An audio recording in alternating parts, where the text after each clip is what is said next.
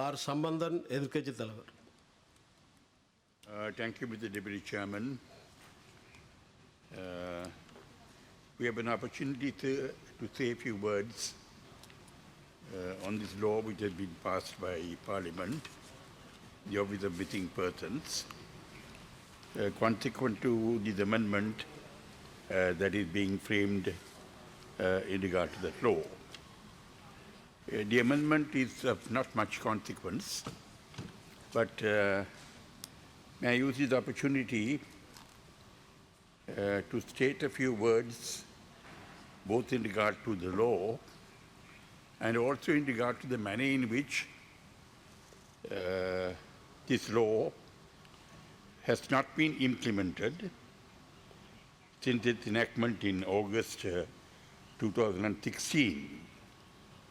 A resolution having been adopted by the UN Human Rights Council in October 2015. It took 1 year for the law to be enacted, and we have almost come to the end of another year, and the implementation of the law has not yet commenced. And this is what we are all concerned about. And we are gravely concerned because it is the view generally accepted that when a person has been compelled to go missing, that offense is in fact more serious than even a murder. In the case of a murder, a man is killed, it is known that so-and-so has been killed. And any action can be taken in regard to that crime. The offender can be apprehended, he can be prosecuted, or efforts can be taken in that direction. But when a person goes missing, that is the beginning and the end of the story, unless there is some action that can be taken to trace that person. And that is why, sir, this law was enacted. There is a public outcry, particularly in the northern and eastern parts of the country, on account of the fact that a large number of persons have gone missing. It would appear from the complaints that have been made to different commissions that have been investigating this matter that over 20,000 persons have gone missing, according to the complaints made. Even in regard to security personnel, there is a complaint that over 5,000 persons have gone missing. That also should be investigated, just as much as the complaints made in regard to missing persons of the north and east are investigated. Even the complaints made in regard to the security personnel who have gone missing should also be investigated. I want to say, sir, that from the time of the adoption of the UN Human Rights Council resolution, and from even before that, we have exerted all the possible pressure on the government to act in regard to this matter. We have discussed this matter in Parliament. We have raised this issue in Parliament through adjournment motions. We have discussed the matter with His Excellency the President. We have discussed this matter with the Honourable Prime Minister. We have discussed this matter with the Foreign Minister. We have discussed this matter at different levels in government. And we were disappointed, and we are even now disappointed, that there has been inordinate delay in regard to the dealing with this very grave and serious issue, despite the fact that it has had a very, very traumatic impact on the lives of tens of thousands of people in the northern and eastern provinces, whose kids and kin, husbands and sons and daughters have gone missing. So we think, sir, that there should be no further delay in regard to this matter. This matter should be dealt with expeditiously. I have looked at the law, sir, and of course the head office of the Office of Missing Persons is going to be in Colombo. We would very much request that there can be an office in Colombo but there must also be an office in some part of the northern province, at least in some part of the northern province, in some part of the Banni, either Kirinochi or Mullasibu, or Wabunia, where there must be an office where persons can complain, and it will be much more convenient for the people if the office is situated in the Banni. The date of operation of the Act, of the law, has not yet been determined in terms of Section 1.1 of the law. I think that should not be delayed any longer. With the passage of the amendment, that should be determined. The minister responsible should be identified, and the law should come into operation without any delay whatever. The law has sufficient powers, sir, because there are 7 persons to be appointed by the President on the recommendation of the Constitutional Council. They are persons who are required to have experience in handling matters of this nature, and they have got the power to search and trace the missing persons. They can establish tracing units that can deal with this task of searching for missing persons. There can be reparations granted to these people, psychosocial support in order to enhance the social and economic conditions of the persons who have been traumatized as a result of the missing persons. Warrants can be obtained from the magistrate to look for these persons, to search these persons, to enter any premises and conduct a search.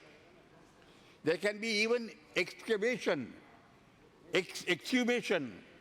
of suspected grave sites where missing persons may have been buried. So I think the law has sufficient teeth to set in motion a process which everyone would have to take seriously. And I would urge the government that since there already has been considerable delay in this law being implemented, and persons have been missing for a long period of time, several years, from long before the war, during the war, after the war, there should not be any further delay in regard to this matter, and this matter should be dealt with as expeditiously as possible. There's a general thinking, sir, among some sections of our society, that we as the party have not exerted much pressure on the government in regard to this matter. The matters that I mentioned earlier in the course of my speech would indicate that, in fact, we have done our very best to get the government to act. But unfortunately, the government has been slow in acting, possibly for 2 reasons. One is the campaign carried out by the joint opposition in particular, the national security being threatened as a result of these things being done. Secondly, that the war heroes who fought the war against LTTE are thought to be prosecuted as a result of this law being implemented. Now, this is not correct, sir, because after all, the fact that you trace persons who have gone missing does not mean in any way that national security is threatened. Nor does it mean that soldiers who fought in the war are going to be prosecuted. That is not the purpose of the law. The purpose of the law is to trace, discover, find out what happened to missing persons, and if it's possible, make them, release them, make them available to their kith and kin. If that is not possible, then you issue a certificate of absence, where they can use that certificate, that document, to be in a position to address various matters of concern to them in regard to relief, rehabilitation, resettlement, various things that they will be entitled to, they can use that document to address.